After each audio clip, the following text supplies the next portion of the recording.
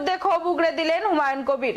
প্রয়োজনে নির্দলের হয়ে লড়ব, মন্তব্য হুমায়ুনের। প্রকাশিত হয়নি কবে কোথায় পোল হবে, কবে নির্বাচন হবে, কবে মনোনয়নের ডিএম অফিসগুলোয় গিয়ে মনোনয়ন সাবমিট করা, সেসব শিডিউল আসতে দিন, তারপরে সেক্ষেত্রে এসে গেলে আপনি নির্দল হয়ে দাঁড়াতে পারেন? সম্ভাবনা প্রবল। দল তো আপনার বিরুদ্ধে কোনো রকম ব্যবস্থাও নিতে পারে, সেক্ষেত্রে নিশ্চয়ই নিতে পারে, আমি ওর জন্য তৈরি আছি। বিজেপিতে যাবেন আপনি? কোথাও যাব না। আমি আগেও বলেছিলাম, আবার বলছি, আমার স্ট্যান্ড ক্লিয়ার। আমি তৃণমূলে আছি, তৃণমূলে থাকার চেষ্টা করেছিলাম বা এখনও করছি।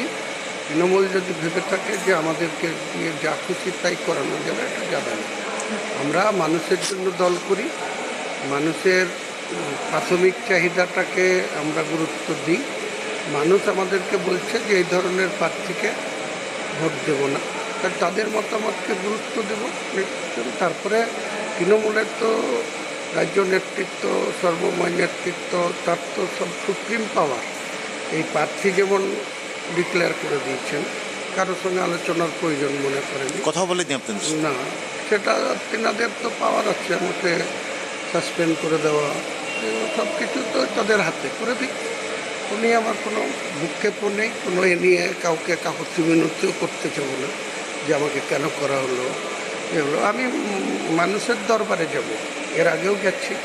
2016-তে আমার সঙ্গে এই ধরনের করা হয়েছিল, ওই শুভেন্দু অধিকারী এবং তখনকার তৃণমূলের জেলা সভাপতি মান্নান হোসেন, এই সৌমিক হোসেন যে রানীনগরের এমএলএ, এরা তখন আমার সঙ্গে এই ধরনের অভদ্রতা বা দাম্ভিকতা দেখিয়েছিল। তার যোগ্য জবাব আমি দিয়েছিলাম।